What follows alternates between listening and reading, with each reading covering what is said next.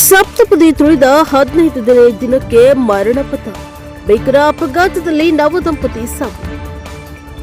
ಹಾವೇರಿಯಲ್ಲಿ ಕೇವಲ 15 ದಿನಗಳ ಹಿಂದೆಯಷ್ಟೇ ದಾಂಪತ್ಯ ಜೀವನಕ್ಕೆ ಕಾಲಿಟ್ಟಿದ್ದ ನವದಂಪತಿ ಭೀಕರ ರಸ್ತೆ ಅಪಘಾತದಲ್ಲಿ ಸಾವನ್ನಪ್ಪಿದ್ದಾರೆ.